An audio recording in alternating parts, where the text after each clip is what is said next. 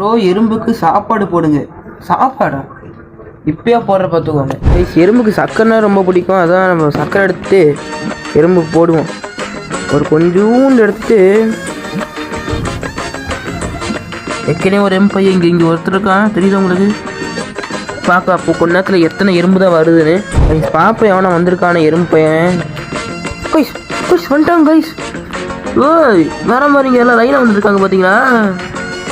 இங்கே வாருங்க எவ்வளோ கூட்டம். இவ்வளோ சர்க்கரைக்கு இவ்வளோ கூட்டம். அப்பா நீ போக போக எவ்வளோ வரும்போன்னு தெரில கைஸ். இப்போ கொஞ்சம் நான் இங்கே கொஞ்சம் வச்சுருக்கேன். அதே மாதிரி அந்த இடத்துல கொஞ்சம் நான் வச்சுருக்கேன். பார்க்கலாம் அங்கே எத்தனை பேர் வந்திருக்காங்கன்னு. கைஸ் இந்த பக்கம் அவ்வளோக்கு எவனும் இல்லை கைஸ். ஆனால் இங்கே ஒரே ஒருத்த மட்டும் தெரியுதான்.